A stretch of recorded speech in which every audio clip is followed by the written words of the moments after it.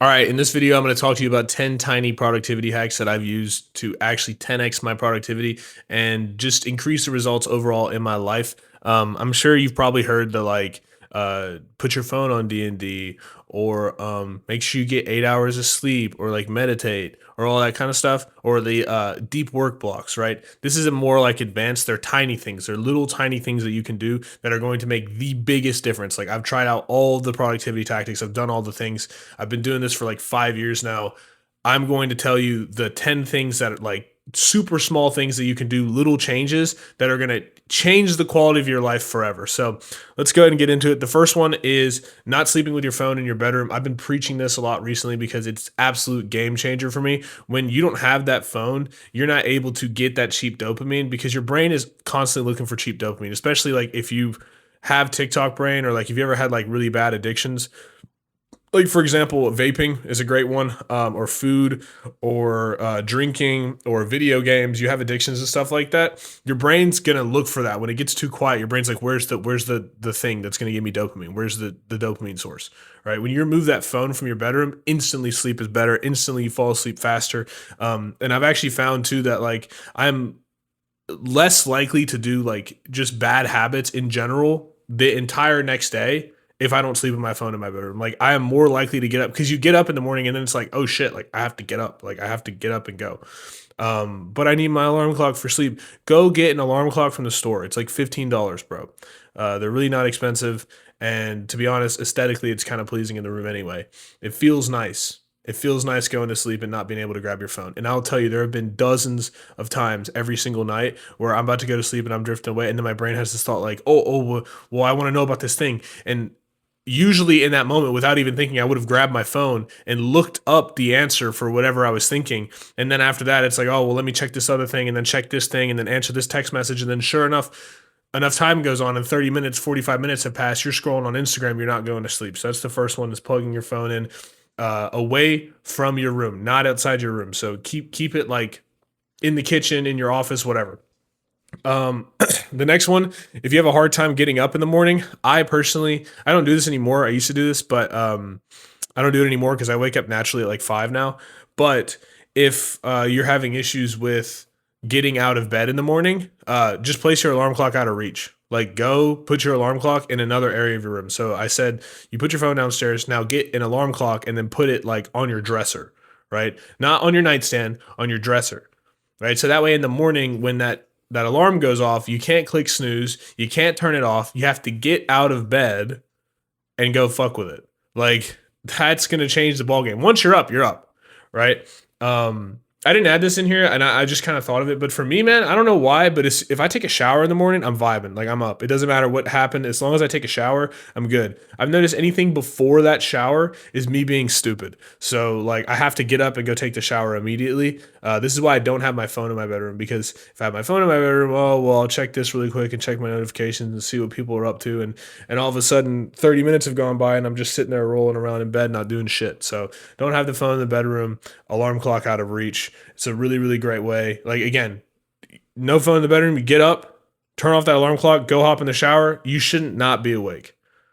Um, the next one is reduce the half life in your decision making. And so this is essentially like, make decisions that you only have to make once. And so, like, a perfect example of this is write down what you're going to lift in the gym. Instead of going to the gym and having to decide, oh, am I going to hit this? Am I going to hit that? You just write down everything that you're going to hit in the gym. You know exactly what your split looks like. You know exactly what workouts you hit at what times and what intervals every single day. That way you're not making the decision every single day consciously of, oh shit, what am I going to do like in the gym today? Your brain only has a certain amount of energy every single day. And so every decision you make, you are like fatiguing your brain, right? You don't want to be making a shit ton of decisions all the time. This is what happens when you're constantly, you can't work, you can't focus because you're constantly thinking of, oh, should I eat this or should I eat that? Should I wear this or should I wear that? So I've kind of made it to where it's like pretty simple. My meal prep, I have one meal prep. I eat the same thing every day. Love eating it. I enjoy it. And I've critiqued that meal prep over time to where like because sometimes, I didn't want to eat the meal prep, so I've critiqued the meal prep to where I want to eat it every single day. I used to eat chicken and sweet potato. I don't really like chicken breast that much. It's kind of dry. So I've changed it to steak, like steak cuts. Now, it is significantly easier for me because I don't have to make a decision about what I'm going to eat for lunch or what I'm going to eat for dinner. I just go into my fridge and there is everything ready to go. Right. And the same thing goes for the gym or just anywhere that you can find a way to reduce the amount of times you have to make a decision for that thing. Um, Another good example of this might be putting your phone on grayscale. You make the decision one time to make your phone less attractive. That's it. You've done it. It's made. It's over with. You don't have to make the decision again. The next one is cleaning your area. So I always like to keep my area very, very clean. I do a deep clean of the house every single weekend. But regardless, I still try to keep it clean during the week. So I have like a rag near my desk that, if I get like some dust on it or some dog hair, I'll clean off my desk really quick every single day after I'm done working. I keep my room pretty clean. I make my bed. I like to keep my area clean because it's less you have to think about. When you're thinking of clutter, when there's clutter everywhere, you start thinking of that stuff, right? If I had a plate on my desk right now, I'd be thinking about how I have to put that plate away. Our brain is naturally built to close habit loops. If I have a plate on my desk and I need to go put that plate away, I'm going to be thinking about that subconsciously. I got to go move that plate. I got to put that stuff away. My brain's going to be cluttered. I can't operate correctly. So cleaning your space is going to make a big, big difference. Coming in at, where are we at now? 5. Rearrange your area. So actually go from wherever you have your setup. Actually, the best thing you can do is move. So you can like move to a new location. That's the best thing you can do. But if you can't move for whatever reason, because moving's a pretty difficult thing to do, just rearrange your spots. So like this is my desk in the middle of my room now. My couch is over there. I used to have my couch against this wall, and I used to have my desk against that wall over there. Right? I've rearranged my area just to see what it would look like, and to be honest, it's helped me be more productive because the physical change in the environment. It's like, oh, things are different now. I have to act different and according to that difference. Coming in at number 6, we have laying out stuff the night before or like setting up your work tasks. So what I'll do is I'll kind of lay out like what I need for the next day. If I'm making coffee in the morning, I don't really make coffee too much anymore. I drink Celsius, but I used to make coffee all the time. I'd put my coffee filter and coffee grounds inside the coffee machine with the water and everything ready to go. So that way, all I had to do was click the button in the morning, right? It's the little things that save you time, because I know it sounds crazy. I know it sounds like, oh, like 3 minutes here, 3 minutes there. But having that stuff ready to go, it reduces the amount of decisions you have to make and the amount of actions you have to make, so you can just sit down and do the work, right? That's the main thing here, right? Obviously, you just want to sit down and do the work. You can't sit down and do the work when it's like, I got to get the coffee ready and I got to figure out what I'm going to wear, and then I got to do this other thing, and get it set up and ready to go, so that all you have to do is sit down and start working. So that's another thing. Like today, I have to call a lead list of people from this franchise that I'm working with right now. I got the leads and I put them all in my system to where all I have to do is open up my computer and click a button, and it'll immediately start calling everybody on that list. It's easy. It removes, and that's the other thing too, it removes friction, because if I don't want to do it, like say I'm like, oh, I don't really feel like doing that today, then I have all this friction in the way of doing it. Whereas instead of it being, oh, I have to set up all of this stuff, it's just I click a button. Now it removes friction from actually doing the task. The next one we have is TikTok reading. So that's what I call it. I have a Kindle. Kindle's like $100. It's like the best investment I've ever made in my entire life. If you can't spend $100 on a Kindle, like, be poor. I don't know what to say. Like, seriously. Like, I don't know. I kind of have this realization with myself a lot. It's like, I can either go spend the fucking same money on something stupid, like going out to dinner and getting drinks with my buddies, or I can just spend it on a Kindle that's going to last me way longer and going to be more productive to my life, right? You keep the phone downstairs, bring the Kindle into your room, and you read every single night before bed. But more importantly, TikTok read, right? I am inherently lazy when it comes to reading. I am not going to sit here and read a fucking book all the way through if I don't feel like reading it. I think that's where a lot of people get stuck on reading, is they start reading a book and then they get a couple pages in and they're like, I don't really like this book, but I have to finish it, so I'll put it down, I'll read it tomorrow, and then they never end up reading the book. So what I've done is I will switch between books. I'll read one book, and then if I don't feel like reading that book anymore, I'll read another book. Um, and so I might be reading about psychology on one night, and then I might be reading about marketing on the next night, and then I might be reading about sales on the next night, and then on the next night, I might be reading about sales, psychology, and then I might be reading about productivity, right? Like when you do this, you actually end up learning more things and spending more time reading than you would have if you were just focused on reading the one book. The next one is an accountability partner, but specifically an accountability partner whose only goal is to make sure you do one or two things. And if you don't do those things, there's the punishment for it. A lot of people will get accountability partners and have them like set up this, oh, I have to do 10 different things. And if not, like this thing's going to happen to me. I'll tell you about my accountability partner. I have to meditate and I have to call a certain amount of people every single day, or I have to pay him $100. Every single day, I send him my call log and I send him my daily meditation streak. He sees that and then I don't have to pay him. All right. He doesn't even have to think about it. We don't have to hop on call. I see these like accountability partners where people will like hop on a call every single day for an hour and talk about what they did. And they'll go like the extra mile to ensure that this person did like 15 things. And then there's a day where you don't do all 15 of those things and you're like freaking out about it. Right. That's why I don't really like the accountability partner model. But in my head, and the way that's worked for me is just if I can get an accountability partner to make sure I did the bare minimum, like I have to make 20 calls. Like 20 calls, realistically, if nobody picks up the phone, would take 15 minutes. If people pick up the phone, which usually they do, it'll take me like 30 minutes. Regardless, I now have new conversations on my calendar with real people who are ready to buy my service the next day, every single day, because I just made those calls. And the thing is, I don't have to make just 20 calls. I can make more than that. And if I get into a flow, sometimes I make 60 calls. Sometimes I make 100 calls, right? And then the meditation, I mean, if I really, really don't feel like doing it, I can meditate for 3 minutes. But sometimes I meditate for 5. I'm kind of pushing up to that 10-minute mark right now every single day, which is significantly helping me. Like if you're not meditating, like your life is not going to be as good. Like real talk. Every successful person I've ever like read about or learned about meditates, like has some form of breath work that they're doing. You have to meditate. You have to get the focus down. And actually on number 10, we're going to talk a little bit more about focus.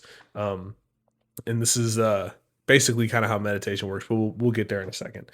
So get the accountability partner for one or two things, bare minimum. Not a bunch of things, not a really hard task that's going to be dreadful every single day, but the bare minimum, right? The next one is to write down a checklist. So every single night before I go to sleep in my notes app, actually not before I go to sleep, before I go up to my room. So I come home from kickboxing, I eat dinner, and then I sit down and I pull up my phone and I write down, I have a checklist. Like the notes app has a checklist and you can click like a button and it brings up a little like bubble like this. And then I literally write down step-by-step order of like every single thing that I'm going to do for the next day. So like I will write, wake up, get out of bed, make bed, shower, put my clothes on, take the dog out, grab my Celsius and my water, record this YouTube video, record another YouTube video, edit this YouTube video.